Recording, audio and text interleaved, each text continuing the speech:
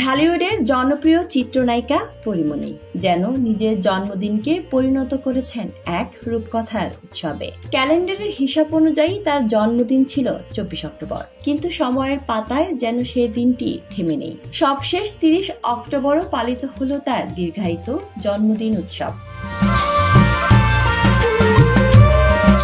21 অক্টোবরের সকালে শুরু হয় সেই যাত্রা। পরীমনির টিমের সহকারী ও মেকআপ আর্টিস্ট অর্ক আগেভাগে কেক কেটে চমকে দেন তাকে। হাসি মাখা চোখে সেই মুহূর্ত বন্দী করেন পরীমনি নিজেই, প্রকাশ করেন সোশ্যাল মিডিয়ায়। আর সেই থেকে যেন শুরু হয় জন্মদিনের এক রোমাঞ্চকর অভিযাত্রা।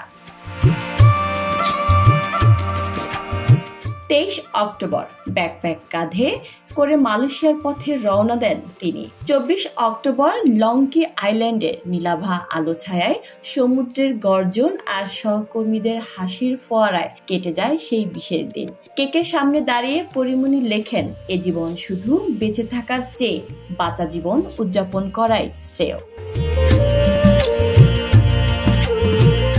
কিন্তু এখানেই শেষ নয়। জন্মদিনের 4 দিন পর 28 অক্টোবর ফুলের তোড়া হাতে নিয়ে আবারও নিজেকে বললেন শুভ জন্মদিন পরীমনি। যেন নিজের জীবনের প্রতিটি দিনকেই তিনি আলাদা করে উদযাপন করতে চান।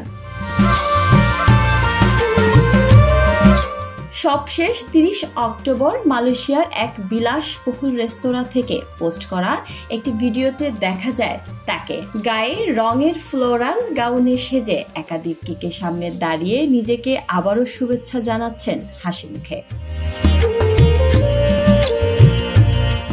2 সপ্তাহ পেরিয়ে গেলেও এ জন্মদিনের উৎসব যেন এখনো শেষ হয়নি। পরীমনির ভক্তরাও অবাক। তাদের ভাষায় পরীমনির জন্মদিন যেন শেষই হচ্ছে না, বরং প্রতিদিনই নতুন ভাবে শুরু হচ্ছে।